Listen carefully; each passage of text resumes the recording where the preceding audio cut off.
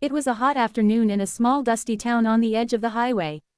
The rhythmic clang of metal echoed through Sam's auto and bike repair, a humble little workshop that smelled of oil, steel, and sweat. Sam, a 32-year-old mechanic, had been working there for nearly a decade. His hands were calloused, his overalls stained, and yet his heart was as pure as gold. He didn't make much, but he always found a way to help others. That day, while he was tightening the bolts on a customer's truck, an old woman slowly pushed a broken bicycle toward his shop. The chain hung loose, the tires were flat, and her face looked pale from exhaustion. She wore worn-out shoes, her clothes faded from years of wear, and her frail hands trembled as she spoke. "Son, do you fix bicycles?" she asked softly. Sam wiped his hands with a dirty rag and smiled. "Of course, ma'am, what seems to be the problem?" It's my only way to get to the market," she said, her voice cracking. "But I don't have any money right now. I just need it to work again." Without hesitation, Sam crouched beside the bike. "Don't worry about the money," he said. "Let's get this beauty back on the road." For the next hour, he worked carefully, replacing the chain, fixing the brakes, and even pumping the tires until they were good as new. When he was done, the woman's face lit up like the morning sun. "How much do I owe you, dear?" she asked. "Nothing, ma'am," Sam replied, smiling warmly. "Just promise me you'll ride safely." Her eyes filled with tears. "God bless you, son. You don't know how much this means to me." She climbed onto the bike, waved, and slowly pedaled away. Sam returned to his workbench, feeling good about what he'd done. But his boss, Mr. Jenkins, had seen everything from the office window. Jenkins was a gruff, greedy man who only cared about money. Later that day, Jenkins stormed out of his office, red-faced and shouting. "Sam, what did I tell you about doing free work?" Sam looked up, startled. "Sir, it was just an old lady. Her bike. I don't care if it was the Queen of England." Jenkins barked. "This is a business, not a charity. You're costing me money." Sam tried to explain, but the boss wouldn't listen. "Pack your tools. You're fired." The words hit him like a hammer.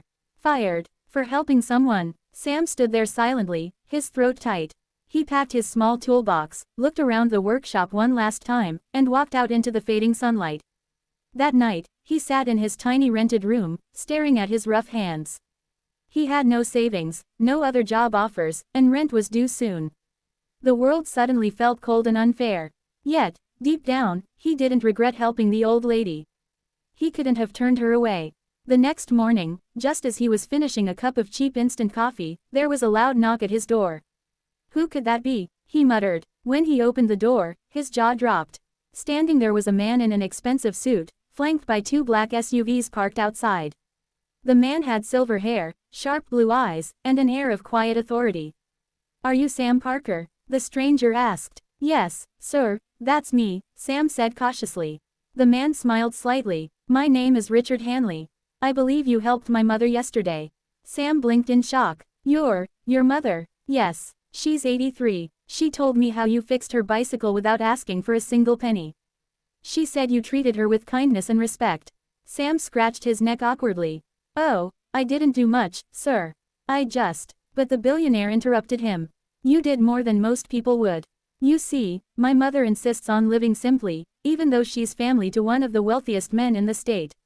She wanted to test people's kindness without revealing who she was. You, my friend, passed that test." Sam stood frozen, trying to make sense of it all. "Sir, I didn't know. I just wanted to help." "That's exactly why I'm here," Richard said.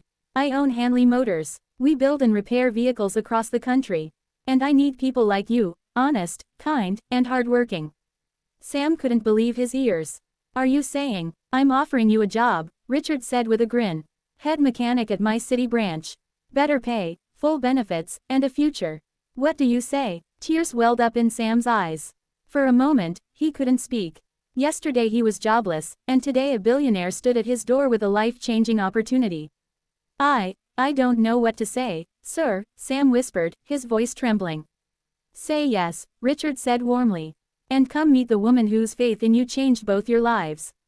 They drove together to a large mansion on the outskirts of town. The old woman from yesterday was sitting in the garden, smiling as she saw Sam step out of the car. "There he is," she said cheerfully, "the young man who fixed my old bike." Sam approached her, feeling humbled. "Ma'am, you didn't tell me who you were." She chuckled softly. "Would you have helped me if I did?" He smiled faintly. "Of course, I would have." "That's exactly what I thought," she said kindly. "You have a good heart, son. Never lose that." Richard turned to Sam and handed him a crisp envelope. "This is your signing bonus. And there's a little something extra for all the good you've done." Sam opened the envelope and gasped. Inside was a check with more zeros than he'd ever seen. His hands shook as he tried to hold back tears. "Sir, I can't accept this." Richard raised a hand. "You earned it, Sam. The world needs more people like you. People who do good even when no one's watching." Sam couldn't hold it in anymore. Tears streamed down his cheeks as he whispered, thank you so much." Richard smiled and put a hand on his shoulder. "You didn't just fix a bike, Sam. You fixed something far more valuable, the reminder that kindness still exists." Over the next few weeks, Sam began his new job at Hanley Motors. His name quickly became known across the company for his skill and humility. He trained new mechanics, helped struggling customers, and always remembered where he came from. One day, during a staff meeting, Richard stood before the entire team and said, "Let me tell you all how I met Sam."